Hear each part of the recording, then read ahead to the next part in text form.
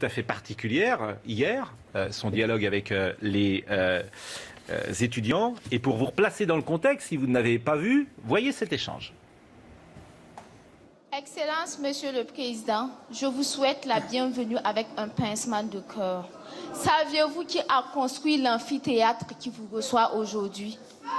Est-ce que la France va-t-elle assumer sa responsabilité en autant que vous-même dans l'élimination jalouse de Kadhafi? Ce discours qui consiste à dire mon problème, ou dès que j'ai un problème, c'est toujours la France, c'est pas un discours qui permet de tourner la page. C'est pas un discours qui permet d'aller de l'avant. Donc je vais répondre à chacun de vos points, mais je vais répondre avec la bienveillance ambitieuse que j'ai pour notre relation, et pas la revendication un brin haineuse qu'il peut y avoir dans certaines interpellations. Parce qu'on ne construira rien là-dessus. Alors ça, c'est vraiment intéressant, parce que c'est le style de l'intervention d'hier. Rost, je vois dodeliner. C'est vraiment le style tel qu'il l'a voulu. Oui, mais alors... Une forme de bienveillance, c'est les mots qu'il emploie. Il n'aime pas effectivement ce qu'il qualifie comme une forme de haine qui est mise en place, de revisiter parfois l'histoire ou le passé, et de trouver une solution médiane. J'ai dit est-ce un show parce que toute la presse ce matin dit est-ce que c'est un show? Donc vous pourrez également répondre à cette question. Non, mais moi, alors, j'ai trouvé l'exercice intéressant dans la forme. Après... Sur le fond, vous parliez par exemple, quand j'entends, il dit oui, cette solution qui consiste à dire que dès que j'ai un problème, c'est la faute de la France. Je veux dire, lui arrive avec un nouveau style. Et j'espère vraiment, et je le souhaite, et je l'appelle de tous mes voeux, qu'il arrive avec une nouvelle vision, c'est-à-dire l'Afrique d'aujourd'hui, pas celle des années coloniales. Et parce qu'il y a une nouvelle génération. D'ailleurs, j'ai vu sur votre chaîne hier, il y avait une interview d'un jeune homme burkinabé qui disait que, eh oui, le Burkina Faso d'aujourd'hui n'est plus le Burkina Faso de l'époque et que la nouvelle génération n'acceptera plus ce qui se faisait à l'époque.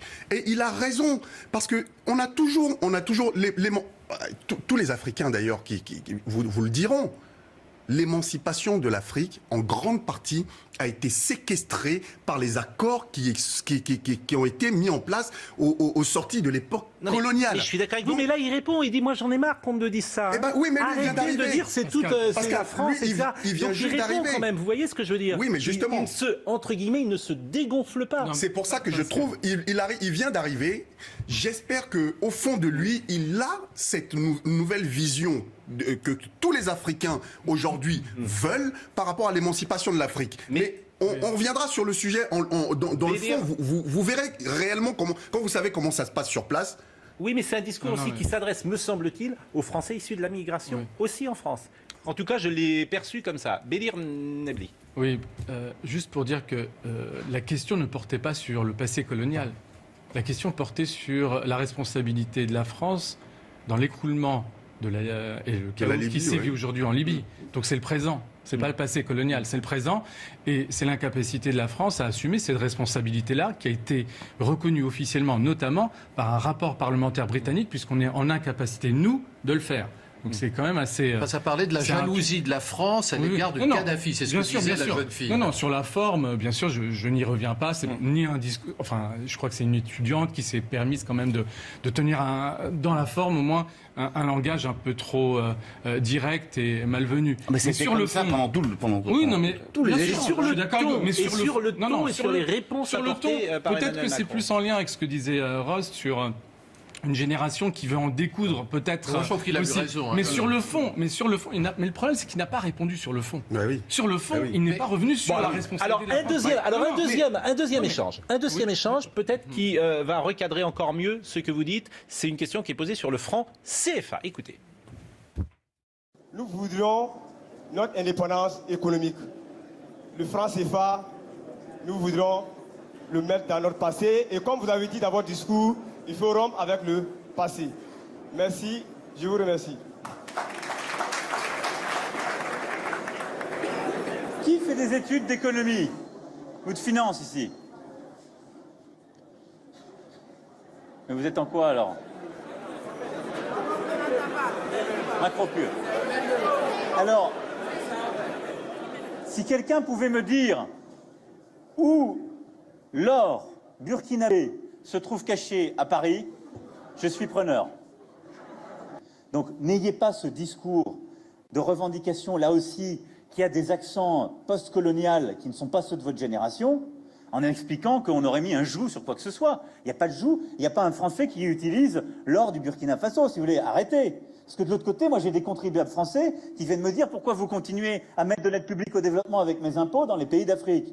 Donc tout le monde va se calmer. Je le fais parce que c'est une très bonne chose, mais moi j'utilise pas l'or du Burkina Faso pour faire quoi que ce soit. Il n'est pas chez moi, il est chez vous. Bon.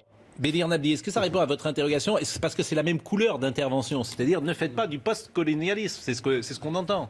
Je trouve que c'est pas du tout le même type de réponse. Là, pour le coup, il tente de répondre en étant concret, en répondant explicitement, clairement, directement à la question. Ce qu'il n'a pas fait dans le cas libyen, parce que pour le coup, même si ce n'est pas lui, à l'époque, qui a décidé de l'intervention militaire française en Libye, il y a la continuité de l'État. Je suis d'accord avec vous, mais quand je dis même couleur, il rappelait de ne pas faire du post-colonialisme à une assemblée d'étudiants du Burkina Faso. C'est ça que je souligne. Ce n'est pas le même registre. Frédéric Bedos. Moi, je trouve que c'est assez fascinant cette scène parce que c'est d'abord générationnel, c'est-à-dire on a un jeune président qui a moins de 40 ans, qui se retrouve donc devant 800 jeunes. Quand même, il faut y aller au contact des 800 jeunes, sachant que quelques heures avant son arrivée sur le sol de Ouagadougou, il y a eu un attentat avec une grenade qui a fait quand même 3 blessés. Donc on sait que c'est tendu, il y a des jets de pierre à l'extérieur, etc. Voilà, il y va. Sur des intérêts français. Oui, tout à fait, mais il y va. Or, il ne peut pas non plus endosser tout le passé, effectivement, colonial, et c'est ça qu'il vient dire.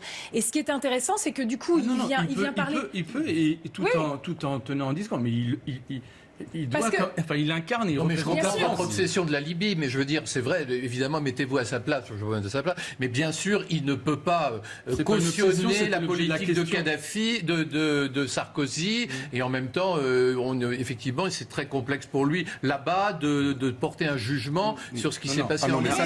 C'est pas une obsession, premièrement, c'était l'objet de la question, et deuxièmement, pourquoi la France est-elle jalouse de Kadhafi? C'était la question. Non, mais c'est pas de cette... La Libye, c'est toute la région, à la fois maghrébine et subsaharienne, qui a été déstabilisée. C'était pas l'essentiel du débat hier. Non, le débat hier, Olivier de Lagarde et après Rost. Olivier de Lagarde. Dire un mot. Il y avait 2 choses dans ce discours d'hier. D'abord, il y a dans ces échanges, le fond et la forme. Et la forme a été extrêmement importante parce que ce à quoi nous avons assisté hier a été proprement hallucinant.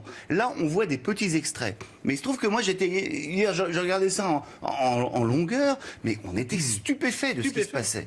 Parce que jamais vu. On avait un président de la République qui plaisantait, qui était là, on avait l'impression d'une AG, alors d'étudiants, avec des gens qui s'interpellaient. C'était un bazar sans nom. Il était obligé de faire le silence.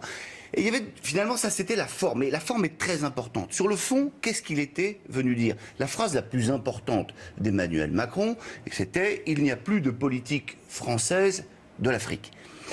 Ça, c'était le fond. Mais ce qu'il a montré, finalement, par son attitude, c'est tout de même qu'il y avait quand même un peu une forme de condescendance à l'égard de ses étudiants. Il utilisait le tutoiement. Moi, je trouve qu'il a eu C'est marrant que vous disiez condescendance. Pourquoi condescendance? Je trouve je veux dire, parce que quand vous regardez le truc, il se fout d'eux, il les tutoie. C'est là où il y a l'humour. Non, à un moment donné, mais vous avez le sentiment qu'il s'est moqué ou qu'il s'est fichu des étudiants? Et quand il se met à parler des femmes en Afrique, je me demande si là, il franchit pas une sorte de frontière que normalement un président français ne devrait pas franchir. Bon, imaginons qu'un président africain en France fasse la leçon sur le mode de vie des femmes françaises.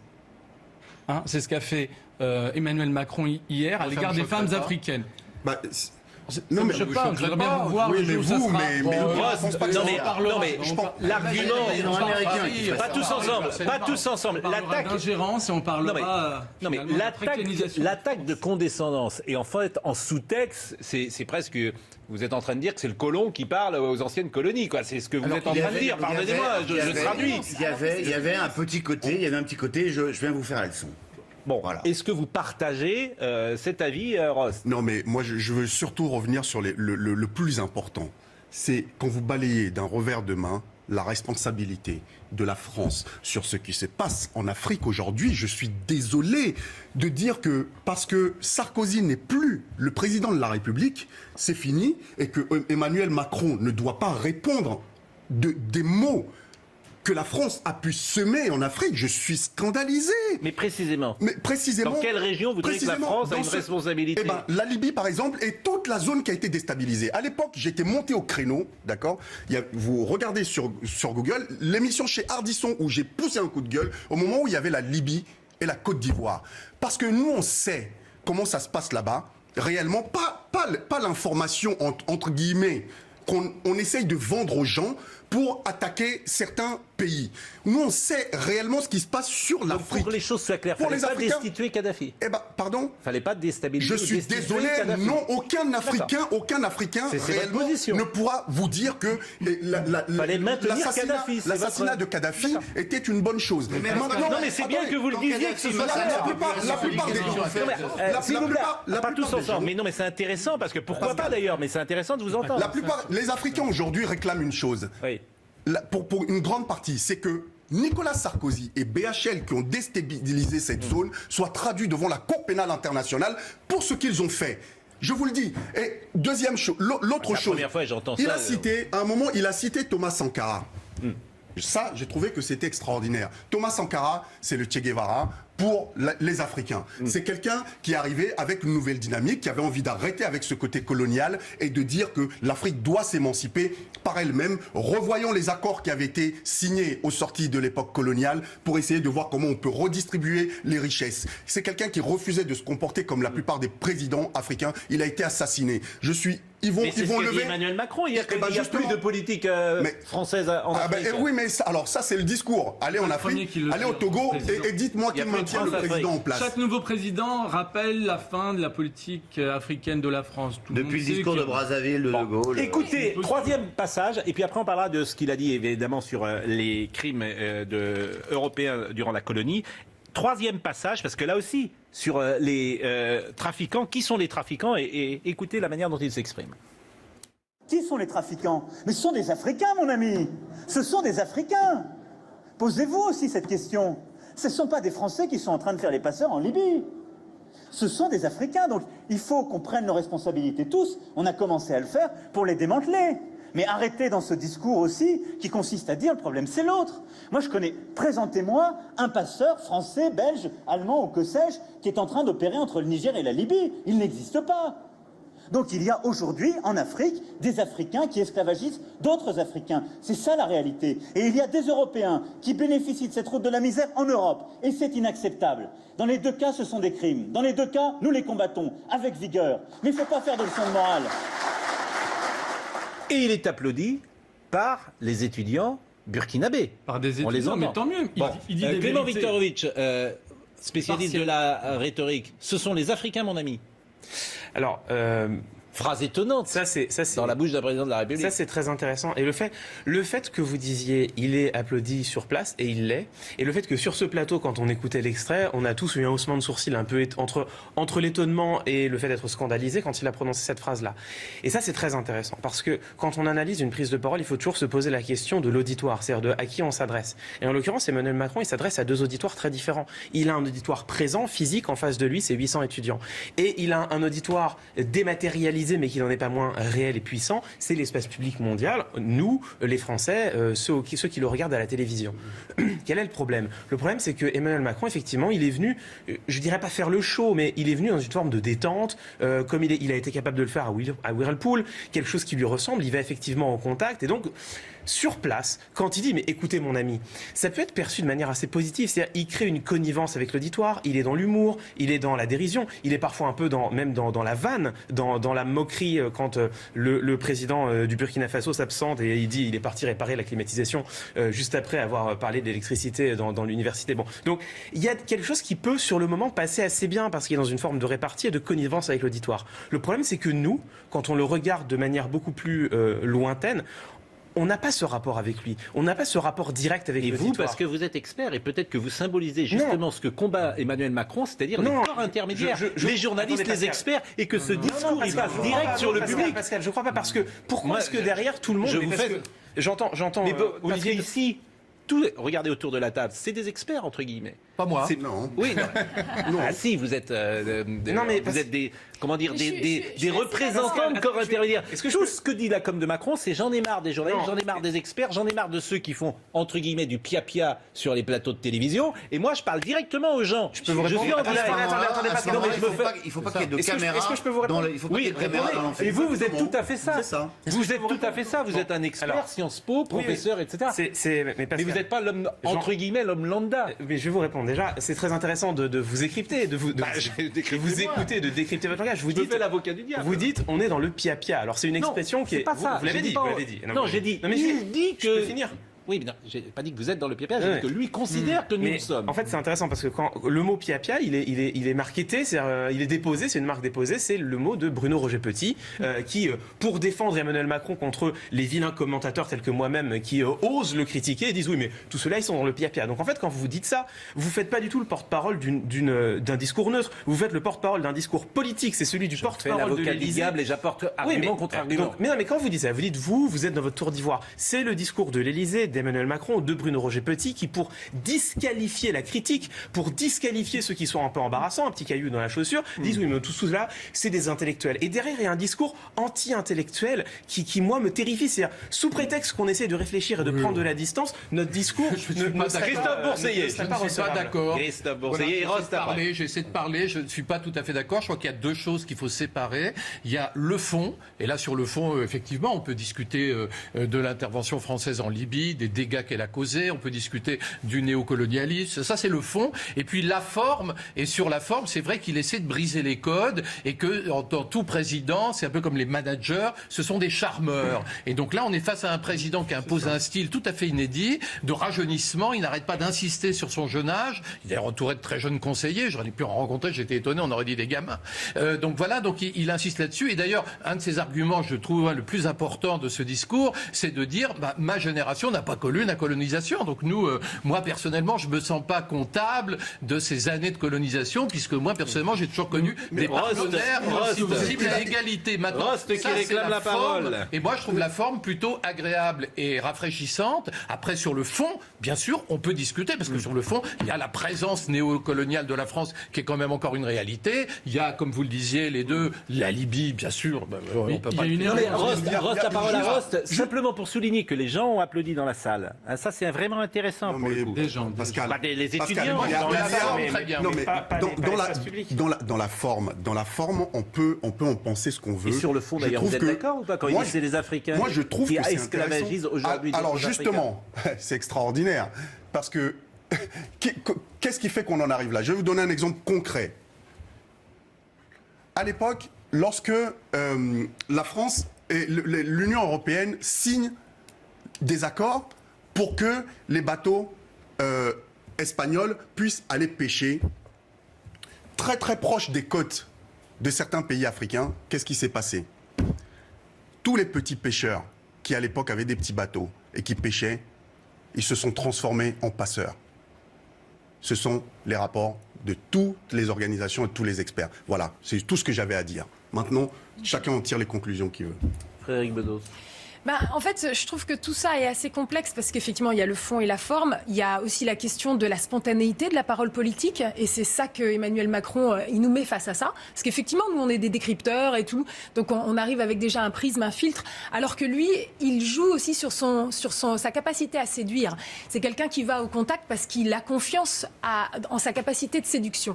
Et moi, je me souviens très bien, à l'époque où il était ministre de l'économie, il y avait une fronde des notaires. Et je me souviens d'avoir assisté à ça, où il y avait vraiment toute une salle, c'était dans cette salle du 5e arrondissement, la mutualité, j'avais une municipalité dans ma tête, ça va pas. La mutualité qui était vraiment pleine à ras-bord et les gens étaient remontés, etc. Et puis il est arrivé, il a retourné la salle. Alors que vraiment, ils avaient envie de mettre sa tête sur un pic. Donc c'est quand même intéressant.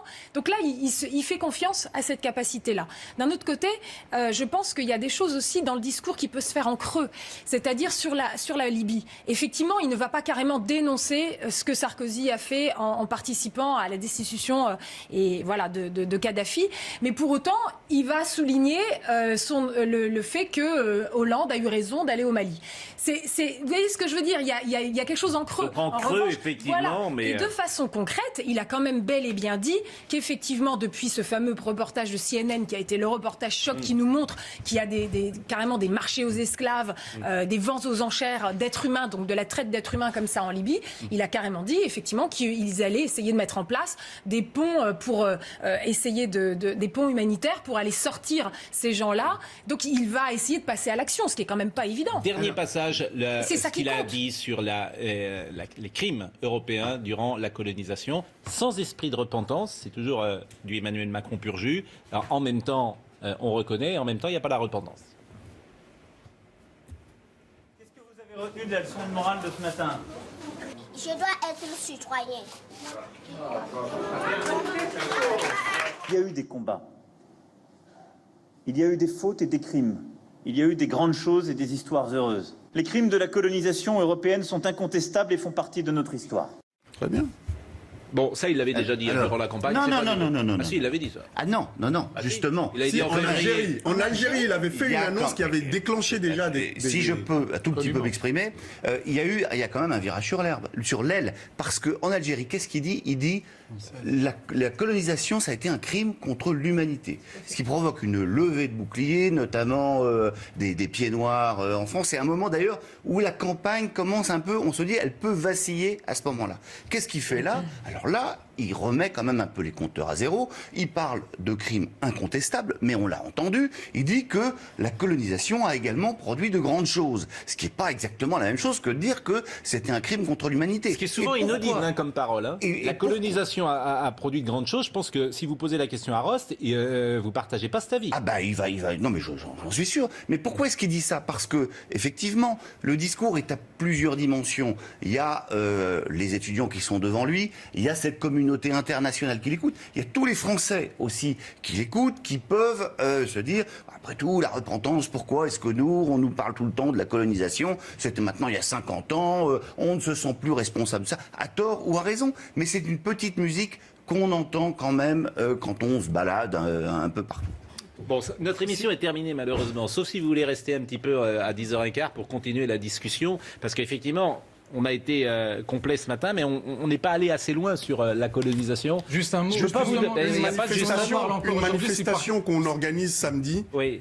Justement contre le crime contre l'humanité qui est en train de se passer en Libye, la mise en esclavage des gens en Libye. Donc il y a une manifestation unitaire avec toutes les structures, les petites organisations qui organisent des choses. On se réunit pour faire une grande marche samedi, c'est à 14h, le rendez-vous à Porte Dauphine.